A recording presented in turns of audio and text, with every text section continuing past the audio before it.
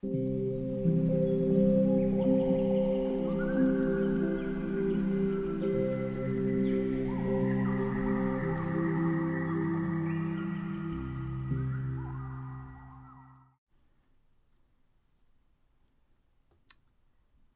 there. Hey Gem, welcome back to the Moon Den. Good to have you here today. So, I'm really glad you're here because I have been so excited to want to do a little bit of story time with you. And I am sharing one of my favorite stories. And it's called A Little Princess. Okay? Yeah, this is very pink, which is why I love it. But for, if you don't like pink, dear,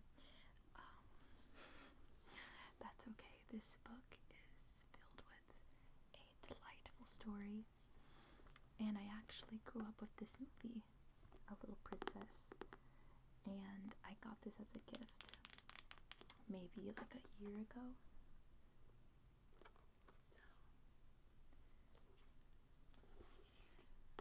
I thought it'd be fun today to read a chapter from it and see what you think. Maybe get some tingles along the way, and we'll see what happens, okay?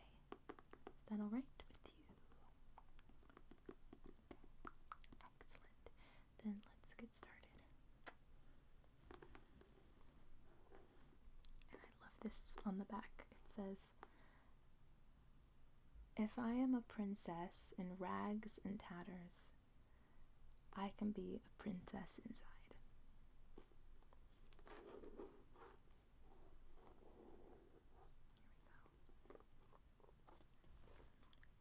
Chapter 1. Sarah.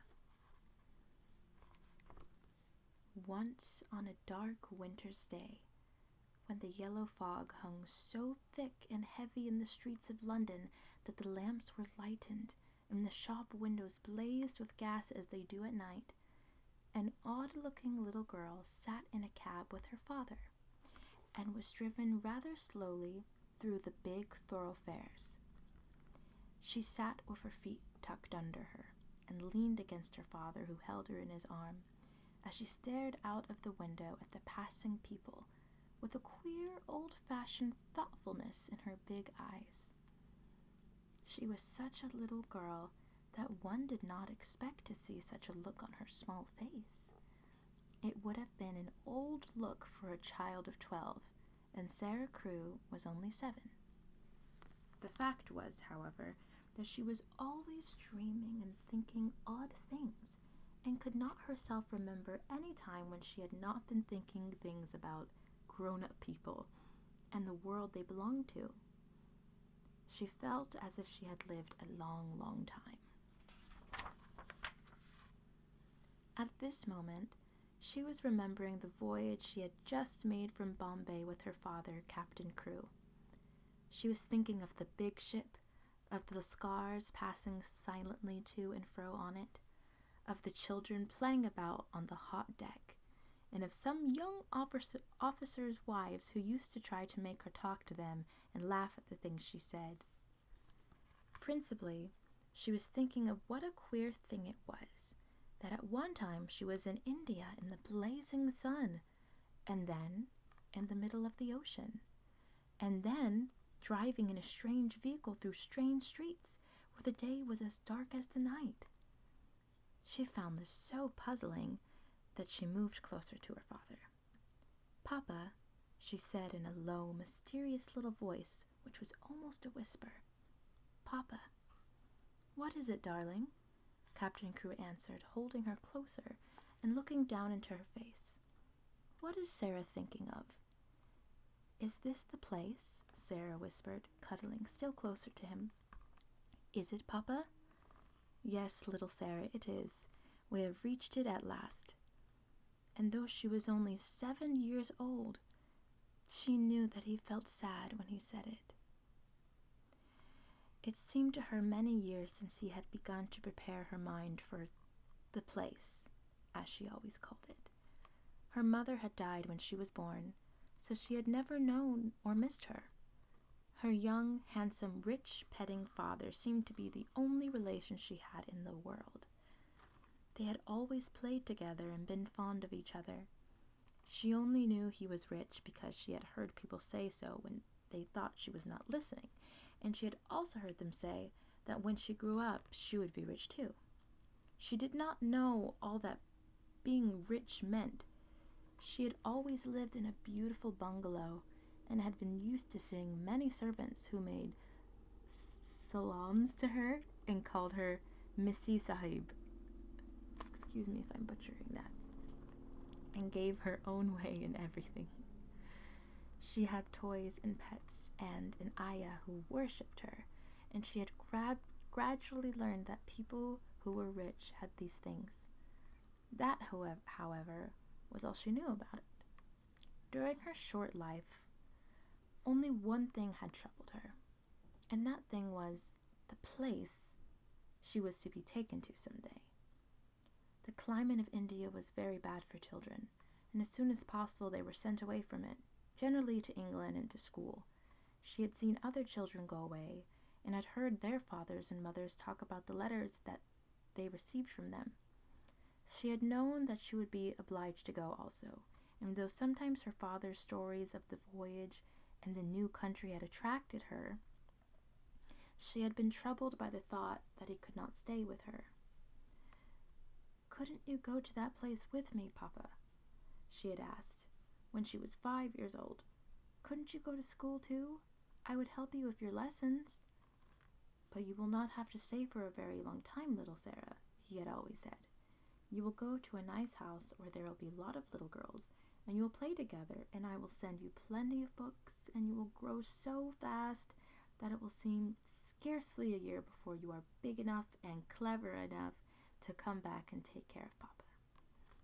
She had liked to think that, to keep the house for her father, to ride with him, and sit at the head of his table when he had dinner parties, to talk to him and read his books. That would be what she would like most in the world.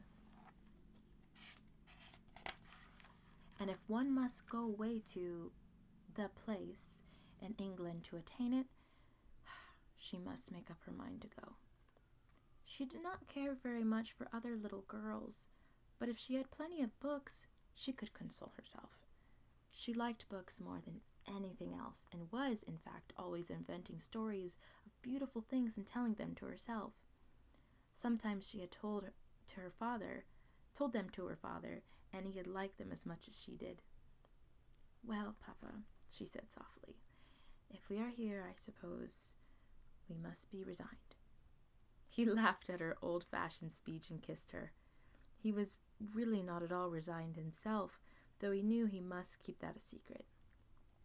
His quaint little Sarah had been a great companion to him, and he felt he should be a lonely fellow when, on his return to India, he went into his bungalow knowing he need not expect to see the small figure in its white frock coming forward to meet him. So he held her very closely in his arm as the cab rolled into the big, dull square in which stood the house which was their destination. It was a big, dull brick house, exactly like all the others in its row, but that on the front door there shone a brass plate on which was engraved in black letters, "Miss Minchin, Select Seminary for Young Ladies." "Here we are, Sarah," said Captain Crewe, making his voice sound as cheerful as possible. Then he lifted her out of the cab, and they mounted the steps and rang the bell. Sarah often thought afterward that the house was somehow exactly like Miss Minchin. It was respectable and well furnished, but everything in it was ugly, and the very armchairs seemed to have hard bones in them. In the hall everything was hard and polished. Even the red cheeks of the moon face on the tall clock in the corner had a severe, varnished look. The drawing room into which they were ushered was covered by a carpet with a square pattern upon it. The chairs were square, and a heavy marble timepiece stood upon the heavy marble mantel. As she sat down in one of the stiff mahogany chairs, Sarah cast one of her quick looks about her. "I don't like it, Papa," she said. "But then I dare say soldiers, even brave ones, don't really like going into battle." Captain Crew laughed outright at this. He was young and full of fun, and he never tired of hearing Sarah's queer speeches. "Oh, little Sarah," he said, "what shall I do when I have no one to say solemn things to me? No one else is as solemn as you are." "But why do solemn things make you laugh so?" inquired Sarah. "Because you are such fun when you say them," he answered, laughing still more. And then suddenly he swept her into his arms and kissed her very hard, stopping laughing all at once, and looking almost as if tears had come into his eyes. It was just then that Miss Minchin entered the room. She was very like her house, Sarah felt, tall and dull and respectable and ugly. She had large, cold, fishy eyes and a large, cold, fishy smile. It spread itself into a very large smile when she saw Sarah and Captain Crew. She had heard a great many desirable things of the young soldier from the lady who had recommended her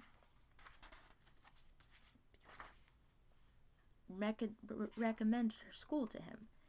Among other things, she had heard he was a rich father who was willing to spend a great deal of money on his little daughter. "It will be a great privilege to have charge of such a beautiful and promising child, Captain Crew," she said, taking Sarah's hand and stroking it. "Lady Meredith has told me of her unusual cleverness. A clever child is a great treasure in an establishment like mine." Sarah stood quietly, with her eyes fixed upon Miss Minchin's face.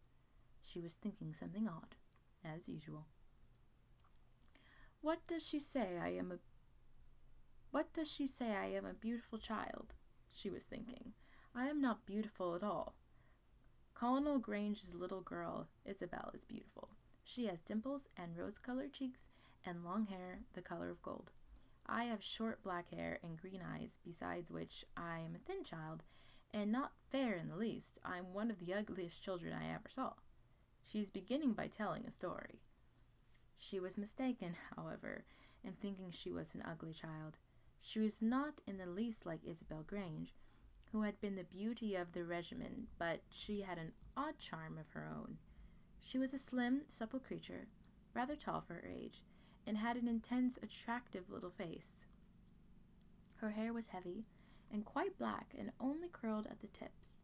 Her eyes were greenish-gray, it is true, but they were big, wonderful eyes of long black lashes, and though she herself did not like the color of them, many other people did. Still, she was very firm in her beliefs that she was an ugly little girl, and she was not at all elated by Miss Minchin's flattery. "I should be telling a story if I said she was beautiful," she thought. "And I should know I was telling a story. I believe I am as ugly as she is, in my way. But what does she say that for?" After she had known Miss Minchin longer than she learned why she had said it, she discovered that she said the same thing to each Papa and Mamma who brought a child to her school. Sarah stood near her father and listened while he and Miss Minchin talked. She had been brought to the seminary because Lady Meredith's two little girls had been educated there, and Captain Crew had a great respect for Lady Meredith's experience. Sarah was to be what was known as a parlor boarder, and she was to enjoy even greater privileges than parlor boarders usually did. She was to have a pretty bedroom and a sitting room of her own. She was to have a pony and a carriage, and a maid to take the place of the ayah who had been her nurse in India. "I am not in the least anxious about her education," Captain Crew said with his gay laugh, as he held Sarah's hand and patted it. "The difficulty will be to keep her from learning too fast and too much. She is always sitting with her little nose burrowing into books. She doesn't read them, Miss Minchin. She gobbles them up as if she were a little wolf instead of a little girl. She is always starving for new books to gobble, and she wants grown-up books, great, big, fat ones, French and German as well as English, history and biography and poets and all sorts of things. Drag her away from her books when she reads too much. Make her ride her pony to the row or go out and buy a new doll. She ought to play with more dolls. Papa, said Sarah, you see, if I went out and bought a new doll every few days, I should have more than I could be fond of. Dolls ought to be intimate friends. Emily is going to be my intimate friend. Captain Crew looked at Miss Minchin, and Miss Minchin looked at Captain Crew. Tell her, Sarah, Captain Crew said, smiling. Sarah's green-gray eyes looked very solemn and quite soft as she answered. She is a doll I haven't got yet, she said. She is a doll Papa is going to buy for me. We are going out together to find her. I have called her Emily. She's going to be my friend when Papa is gone. I want her to talk about him. Miss Minchin's large, fishy smile became very flattering indeed. What an original child, she said. What a darling little creature. Yes, said Captain Crew, drawing Sarah close. She is a darling little creature. Take great care of her for me, Miss Minchin. Sarah stayed with her father at his hotel for several days. In fact, she remained with him until he sailed away again to India. They went out and visited many big shops together and bought a great many things. They bought, indeed, a great many more things than Sarah needed, but Captain Crew was a rash, innocent young man and wanted his little girl to have everything she admired and everything he admired himself. So between them, they collected a wardrobe much too grand for a child of 7. There were velvet dresses trimmed with costly furs, and lace dresses and embroidered ones, and hats with great soft ostrich feathers, and ermine coats and muffs, and boxes of teeny gloves, and handkerchiefs, and silk stockings, and such abundant supplies that the polite young woman behind the counters whispered to each other that the odd little girl with the big solemn eyes must be at least some foreign princess, perhaps the little daughter of an Indian Raja?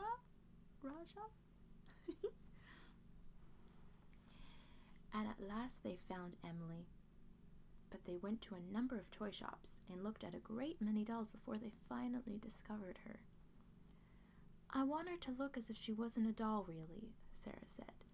I want her to look as if she listens when I talk to her. The trouble with dolls, Papa, she put her head on one side and reflected as she said it. The trouble with dolls is that they never seem to hear. So they looked at big ones and little ones, at dolls with black eyes and dolls with blue, at dolls with brown curls and dolls with golden braids, dolls dressed and dolls undressed. You see, Sarah said when they were examining one who had no clothes, if when I find her she has no frocks, we can take her to a dressmaker and have her things made to fit. They will fit better if they are tried on. After a number of disappointments, they decided to walk and look in at the shop windows and let the cab follow them. They had passed 2 or 3 places without even going in, when as they were approaching a shop, which was really not a very large one, Sarah suddenly started and clutched her father's arm. "Oh, Papa," she cried, "there is Emily." A flush had risen to her face, and there was an expression in her green-gray eyes as she had just recognized someone she was intimate with and fond of. "She's actually waiting for us," she said. "Let us go in to her." "Dear me," said Captain Crew, "I feel as if we ought to have someone to introduce us."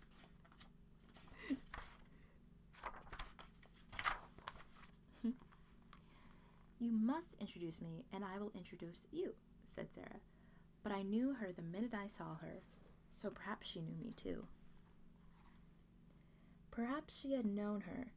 She had certainly a very intelligent expression in her eyes when Sarah took her in her arms. She was a large doll, but not too large to carry about easily.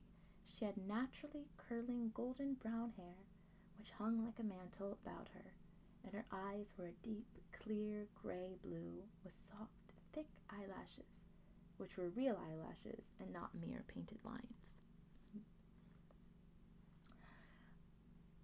"Of course," said Sarah, looking into her face as she held her on her knee. "Of course, Papa, this is Emily."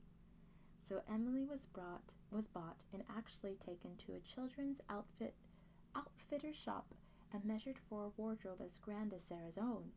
She had lace frocks too, and velvet and muslin ones, and hats and coats, and beautiful lace-trimmed underclothes, and gloves, and handkerchiefs, and furs. I should like her always to look as if she was a child with a good mother, said Sarah. I'm her mother, though I am going to make a companion of her. Captain Crewe would really have enjoyed the shopping tremendously, but that a sad thought kept tugging at his heart. This all meant that he was going to be separated from his beloved, quaint little comrade. He got out of his bed in the middle of that night and went and stood looking down at Sarah, who lay asleep with Emily in her arms. Her black hair was spread out on the pillow and Emily's arm, and Emily's golden brown hair mingled with it. Both of them had lace-ruffled nightgowns, and both had long eyelashes, which lay and curled up on their cheeks. Emily looked so like a real child that Captain Crewe felt glad she was there. He drew a big sigh and pulled his mustache with a boyish expression. Hi-ho, little Sarah, he said to himself. I don't believe you know how much your daddy will miss you. The next day he took her to Miss Minchin's and left her there.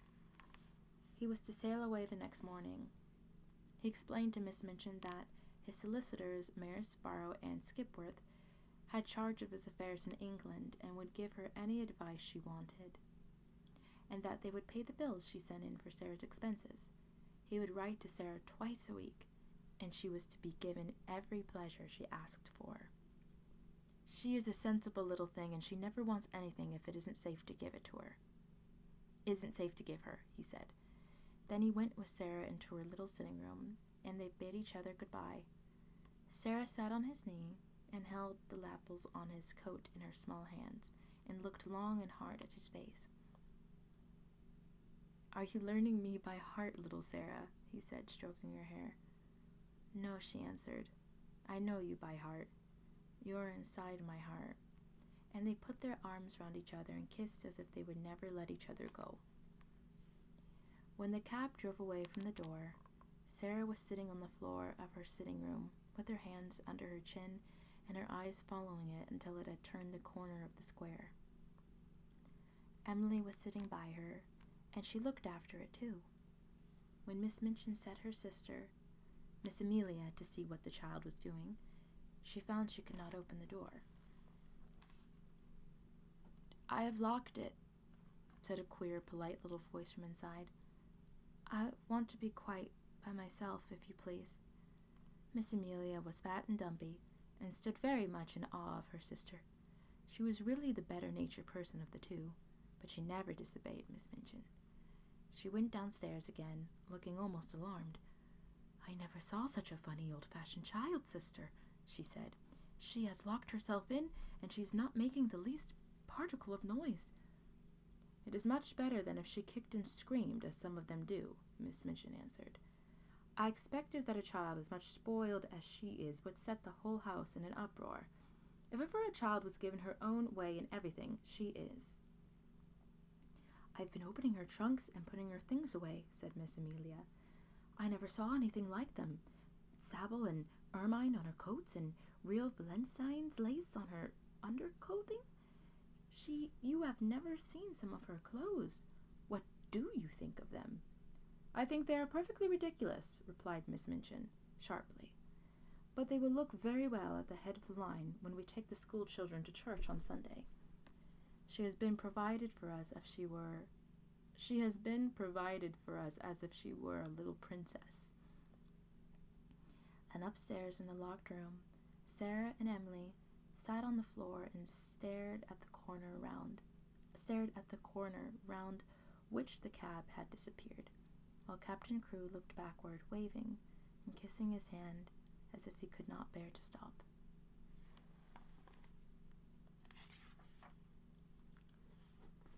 And that is the end for chapter 1 of A Little Princess.